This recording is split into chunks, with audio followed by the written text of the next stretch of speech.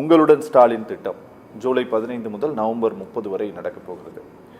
பல இதுக்கு முன்னால் பட்டா வழங்கக்கூடிய சிறப்பு முகாம்கள் நடத்துனாங்க. அதுவும் உங்களுக்கு தெரியும்னு நினைக்கிறேன். இந்த மாதிரி நிறைய விஷயங்கள் ஒரு அரசு செஞ்சுட்டு இருக்குது. இதை இந்த தேர்தல் நெருங்கக்கூடிய காலம் அப்படிங்கிறதுனால இதை முன்னெடுத்திருக்கிறார்களா, அல்லது ஒரு அரசு நிஜமாலுமே செய்ய வேண்டிய வேலைங்கிறதுனால இதை ஸ்டார்ட் பண்ணியிருக்காங்களா? இது ஒரு வேடிக்கை அப்படின்னு தான் சொல்லணும். ஏன் அப்படி சொல்கிறோம் அப்படின்னா, நீங்கள் எதிர்க்கட்சி தலைவராக ஸ்டாலின் இருந்தபோது ஊர் ஊராக போய் ஒவ்வொரு பாக்ஸ்லேயும் மனுக்கள் வாங்கினார். 100 நாட்களில் நாங்கள் தமிழகத்தோட என்னென்ன பெண்டிங் இருக்கோ, மக்களுக்கு என்ன கோரிக்கை எல்லாத்தையும் முடிச்சுறேன்னு சொன்னார்.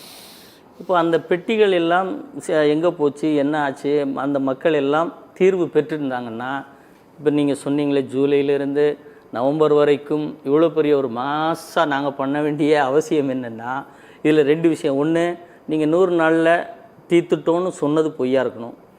அப்படி அது உண்மையாக இருந்தால் உங்கள் ஆட்சி காலத்துக்குள்ளேயே 100 நாளில் நீங்கள் சரி பண்ணதுக்கப்புறம் இன்றைக்கு தேதி வரைக்கும் மக்கள் பலவாறு என்ன செய்கிறதுன்னு தெரியாமல், அரசினுடைய திட்டங்களை எப்படி பெறுறதுன்னு தெரியாமல், அரசிடமிருந்து ஒரு சான்றிதழிலிருந்து பட்டாவிலிருந்து சிட்டா வரைக்கும் எப்படி வாங்கிறதுன்னு தவிச்சிக்கிட்டு இருக்காங்கங்கிற டேட்டா உங்களுக்கு கிடச்சிருக்கு. அதனால் இதை நீங்கள் செய்கிறீங்க அப்படின்னு நம்ம பார்க்கலாம். இதை 2ஐ தாண்டி இதுக்குள்ளே வேறு என்ன அரசியல்? இதில் நீங்கள் பிரைமாக என்ன கொண்டு வர போகிறாங்க? நீங்கள் மகளிர் உதவித்தொகை திட்டம் இந்த ஸ்கீம் மூலமாகத்தான் ஒவ்வொரு மனுக்களும் பெறப்படும்னு சொல்கிற போகிறது. மனுக்களுடைய எண்ணிக்கை பார்த்தீங்களா, நாங்கள் இவ்வளோ மனுக்கள் இந்த பயணத்தில் இந்த ஸ்டாலின் திட்டத்தின் கீழே எங்களுக்கு கிடைச்சிது அப்படின்னு சொல்கிறதுக்கான இப்போது அந்த ஒரு முன்னெடுப்பு இதுக்குள்ளே மிக தெளிவாக தெரியுது. அந்த ஆரம்ப கட்டத்திலேயே இது அரசியல் ரீதியாக மக்களுக்கு காட்டப்படுகிற வேடிக்கை. எப்படி தேர்தல் வாக்குறுதி என்கின்ற வேடிக்கையை வைத்து இத்தனை ஆண்டு காலம் ஓட்டிகிட்டு இருக்காங்களோ, அதே மாதிரி இப்போது இந்த திட்டத்தின் மூலம் ஒரு வேடிக்கையை காமிச்சிருக்காங்க அப்படிங்கிறது தான் நம்ம பார்க்க முடியும். சரி, இதில் அரசு செய்யக்கூடிய திட்டமாக இருந்தால், அரசு ஏற்கனவே உங்கள் அரசு சிறந்த அரசாக இருந்தால் இப்படி ஒரு அவசர நிலைன்னு கூட நம்ம சொல்லலாம். இது அவசர நிலை கண்டிப்பாக. ஒவ்வொரு துறையிலும் ஒரு வேலையும் நடக்கலை, அதனால் நாங்கள் இப்படி ஒரு இதை போட்டு எங்கள் செயலற்ற இடத்தை செயல்பட்டதாக காமிக்கிறதுக்கான முயற்சின்னு நம்ம எடுத்துக்க கூடாது.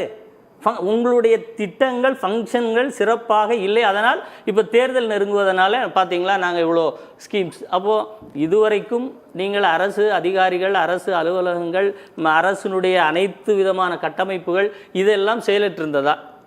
இல்லை நீங்கள் இப்போ வடிவமைச்சிருக்கிற இந்த ஸ்டாலின் திட்டத்தில் புது விதமான டெக்னாலஜி ஏதாவது இன்ட்ரடியூஸ் ஆகிருக்கா? நீங்கள் சொல்லக்கூடிய ஒவ்வொன்றுக்கும் ஆன்லைன் முதல் ஃபிசிக்கலாகவும் அப்ளை பண்ணி சர்டிஃபிகேட்லேருந்து அனைத்துமே பெறுவதற்கான அனைத்து வாய்ப்புகளும் இங்கே இருக்குது சார். இதையெல்லாம் கொண்டு கிட்டத்தட்ட 15 வருஷத்துக்கு மேலே தமிழ்நாட்டு மக்கள் ஆன்லைன்லேயே மிக தெளிவாக அனைத்து வசதிகளையும் பெறக்கூடிய வாய்ப்புகளை கூட பெற்றாங்க.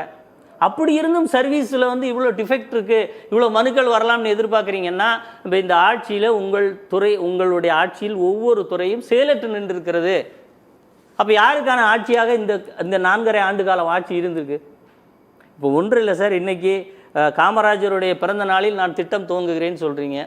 பிறப்பால் அல்ல, ஒருத்தருக்கு வாய்ப்பு வழங்கப்பட்டால் அவர் எவ்வளோ உயரத்தையும் அடையலாம். திறமை என்பது அவருக்கு தனிப்பட்ட முறையில் வருவது, பிறப்பால் வருவதில்லைங்கிறீங்க. இன்னும் இந்த ஆட்சியில் தான் உங்களுடைய மகனை நீங்கள் எம்எல்ஏவே ஆக மாட்டேன்னு சொன்னவரை எம்எல்ஏ ஆக்கினீங்க.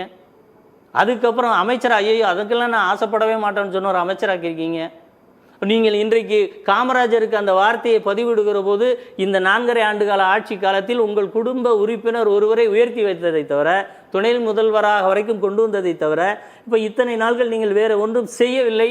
இப்போதுதான் மக்கள் மீது கவனம் திரும்பி இருக்கிறதா அப்படிங்கிற பார்வையை நம்ம இதில் வைக்கலாம். பிரச்சனைகள் இன்னைக்கு ஒரு பிரச்சனை இருக்கும், அது தீந்துரும். நாளைக்கு ஒரு பிரச்சனை ஒருத்தங்களுக்கு வரும். பிரச்சனைகள் மாறிக்கிட்டே இருக்கும், ஜனங்களுடைய தேவைகள் மாறிக்கிட்டே இருக்கும்.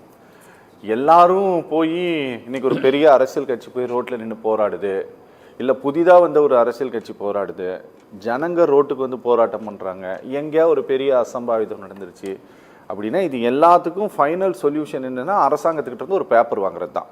கரெக்டுங்களா சார்? கண்டிப்பாக. அரசாங்கத்துக்கிட்ட இருந்து ஒரு பேப்பர் வாங்குறதுக்காக தான் இந்த பேப்பர் வாங்குவதற்காக செய்யப்படுவது தான் போராட்டம், ஆர்ப்பாட்டம், அனைத்தும் கலவரம் உட்பட எல்லாமே. கரெக்டுங்களா சார் சொல்றது? கரெக்ட். அப்போ இந்த பேப்பரை வாங்குவதற்கு ஜனங்க வேற வேற வடிவங்கள்ல ஆட்களை போய் தேடிட்டு இருக்கிறாங்க. அதனால நாங்க ஒரு சிறப்பு முகாமையை நேரடியா நடத்துறோம் அப்படின்ட்டு தொடங்கி இருந்தா அது என்ன தப்பு? இப்போ நான் எதுவும் தப்பா கேட்கல.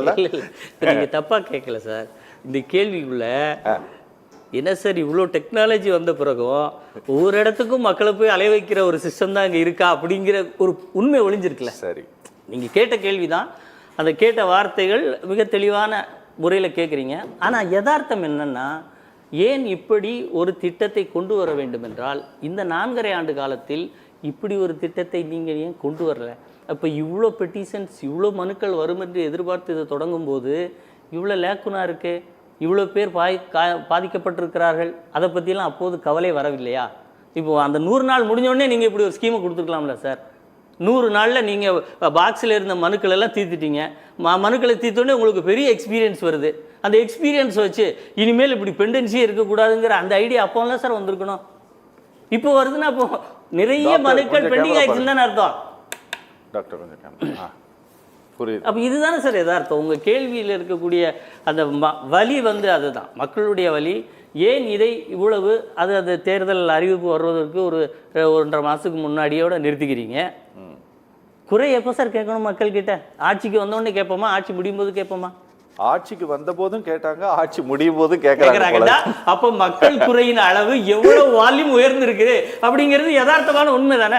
ஒருவேளை முதல்ல வாங்கின விண்ணப்பங்களை விட இப்ப அதிகமா வாங்கிட்டாலும் பிரச்சனை சார். அதுதான் இந்த திட்டத்தோடையது அவங்களுடைய செயலற்ற தன்மை தான் எக்ஸ்போஸ் ஆகும். அதாவது நீங்க இப்ப எவ்வளவு இதுல பேர் மனு கொடுத்தாங்கிற கணக்குக்கு இப்ப நீங்க எதிர்பார்த்துட்டு இருக்கிறீங்க. இல்ல, அவங்களே அதுதான் எதிர்பார்க்கறாங்க. அப்படியா? மகளிர் உரிமை தொகை இமெயில் இந்த திட்டத்தின் மூலம் தான் ப்ராசஸ் செய்யப்படும் சொன்னா பாத்தீங்களா இவ்வளவு நாள்ல இவ்வளவு மனுக்கள் வாங்கினோம், இவ்வளவு மனுக்கள் வாங்கி இவ்வளவு நாங்க கொடுத்துட்டோம்.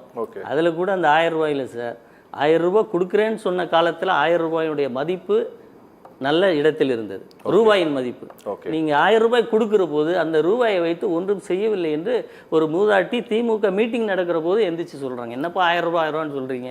அந்த 1000 ரூபாய் வச்சு என்ன செய்ய முடியும்னு நினைக்கிறீங்க? ஏன்னா நீங்கள் உயர்த்திய விலைகள் அத்தியாவசிய பொருட்களுடைய அத்தனை விலையும் உயர்ந்திருக்கு சார். அப்ப இந்த 1000 ரூபாயோட மதிப்பு எங்க இருக்கு? நீங்க சொன்ன போது இருந்த மதிப்பு இப்போ 1000 ரூபாய்க்கு இருக்கிறதா? சரி, ஓகே பேசலாம்.